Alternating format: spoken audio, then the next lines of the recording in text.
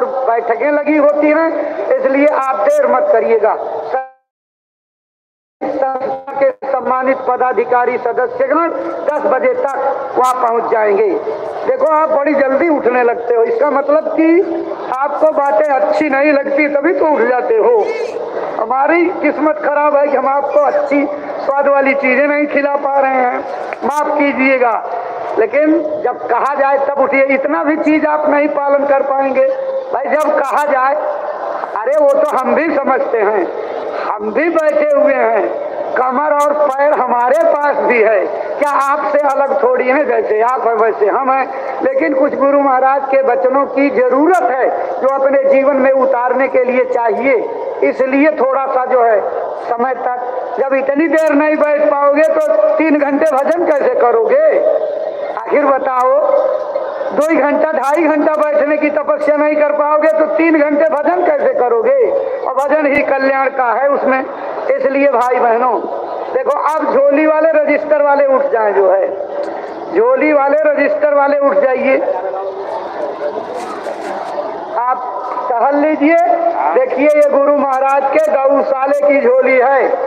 गुरु महाराज कहते थे ये गायें मेरी जान से प्यारी हैं, अगर जरूरत पड़ी तो मैं भीख मांग करके खिलाऊंगा, लेकिन इनको बेचूंगा नहीं, क्योंकि बेच दूंगा तो लोग ले जाएंगे, काट देंगे और ये जीवात्माएं प्रेत योनि में चली जाएंगी।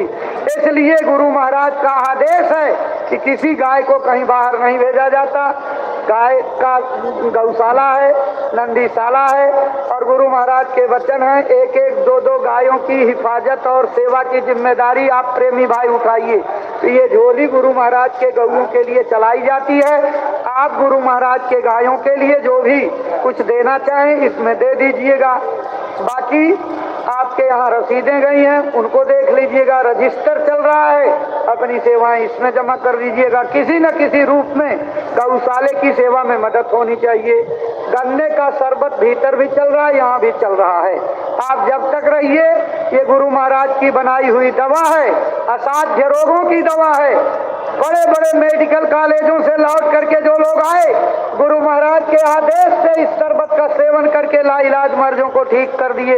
आप इसको साधारण प्रसाद मत समझिएगा, जब तक रहिए खूब कस के सेवन करिए और उसके बाद फिर उसका परिणाम आप देखिएगा। अब सब लोग खड़े हो, अब सब लोग खड़े हो जाइए। देखो खूब अच्छी तरह याद कर लीजिए, कल 10 दिसंबर है, मंगलवार का दिन है, भंडारे की तिथि है, पूज्य महाराज जी के सत्संग का दिन है। तो कल 8 बजे तक आप इस मैदान में आ जाइए, 7:30 बजे से देर ना होने पावे, ताकि महाराज जी के सत्संग का एक एक वचन आपके कानों में जाए और दया का लाभ आपको मिले, वचन छूटे नहीं। आपकी जिम्मेदारी है, जो लोग नए आ रहे हैं उन सबको मैदान में ला करके बैठाइएगा।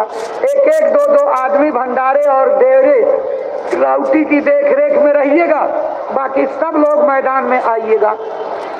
कल ही आपको बताया था, आज भी आपको सूचित कर दे रहे हैं, कोई सत्संगी भाई बहन बच्चे बच्चियों का हाथ झंडे से खाली नहीं रहना चाहिए। कल आपके हाथ में जय गुरुदेव नाम का झंडा जरूर होना चाहिए, क्योंकि कल की जो है ऐतिहासिक महामानव संगम की भीड़ होगी। ये ऐसी भीड़ होगी, इस भीड़ की लोग नकल करके अपनी भीड़ दिखाने की कोशिश करेंगे, लेकिन जब जय गुरुदेव नाम का झंडा लेकर के रखोगे तो भीड़ जय गुरुदेव की पहचान बन जाएगी। इस भीड़ को कोई अपने भीड़ दिखाने की गलती नहीं कर सकता।